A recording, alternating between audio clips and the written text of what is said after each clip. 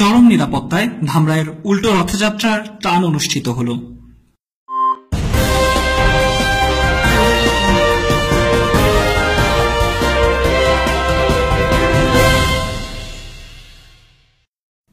নাশকতা ও জঙ্গি হামলার যে গুজব ছড়িয়েছিল তার সমস্ত কিছুকে নস্যাৎ করে দিয়ে চরম নিরাপত্তায় দেশের বৃহত্তম ও এশিয়ার দ্বিতীয় বৃহত্তম এই রথযাত্রার উল্টোটান হল আজ।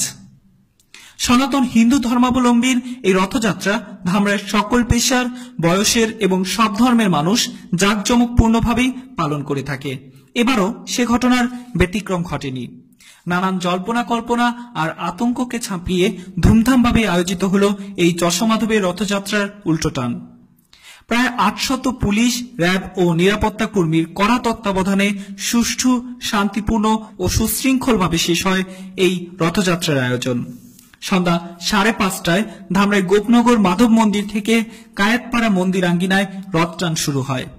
বিপুল সংখ্যক পুলিশ সহ আইন শৃঙ্খলা বাহিনীর সদস্যরা আগে থেকে ধামরাইয়ের বিভিন্ন স্থানে অবস্থান করে এবং মেটাল ডিটেক্টর ও তল্লাশির মাধ্যমে তারা সাধারণ মানুষদের উৎসব আঙ্গিনায় ঢুকতে দেন।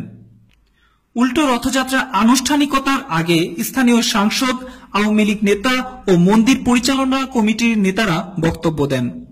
রোববার যশোমাধবের মন্দির ও রথযাত্রা উৎসব পরিচালনা পরিষদের কর্মকর্তারা বৈঠক করে মেলা বন্ধ করায় রথযাত্রা উৎসব বর্জনের ঘোষণা দেয় এবং বিক্ষোভ মিছিল করেন। পরবর্তীতে আজ দুপুর 12টা থেকে বেলা 1:45 পর্যন্ত স্থানীয় সাংসদ, প্রশাসন ও রথযাত্রা পরিচালনা পরিষদের বৈঠকের পর উল্টো রথযাত্রার সিদ্ধান্ত নেওয়া হয়। পুলিশ প্রশাসন থেকে জানানো হয়, নিরাপত্তাজনিত কারণে ও জঙ্গি হামলার আশঙ্কায় 2 দিনের জন্য মেলার দোকানপাট তুলে দেওয়া হয়। এদিকে ধামরাইয়ের মেয়র আলহাজ গোলাম কবিরের পক্ষ থেকে জানানো হয়, শুধুমাত্র জননিরাপত্তা স্বার্থেই পুলিশ প্রশাসনকে সার্বিক সহযোগিতায় তিনি সচেষ্ট ছিলেন। নানান নাটকীয়তার মধ্য দিয়ে 25শে জুন শুরু হওয়া রথযাত্রার এই উৎসব আজ জাঁকজমকপূর্ণভাবেই শেষ হল। এদিকে নিরাপত্তাজনিত কারণে বন্ধ হওয়া মেলাও কাল থেকে শুরু হবে বলে জানানো হয়।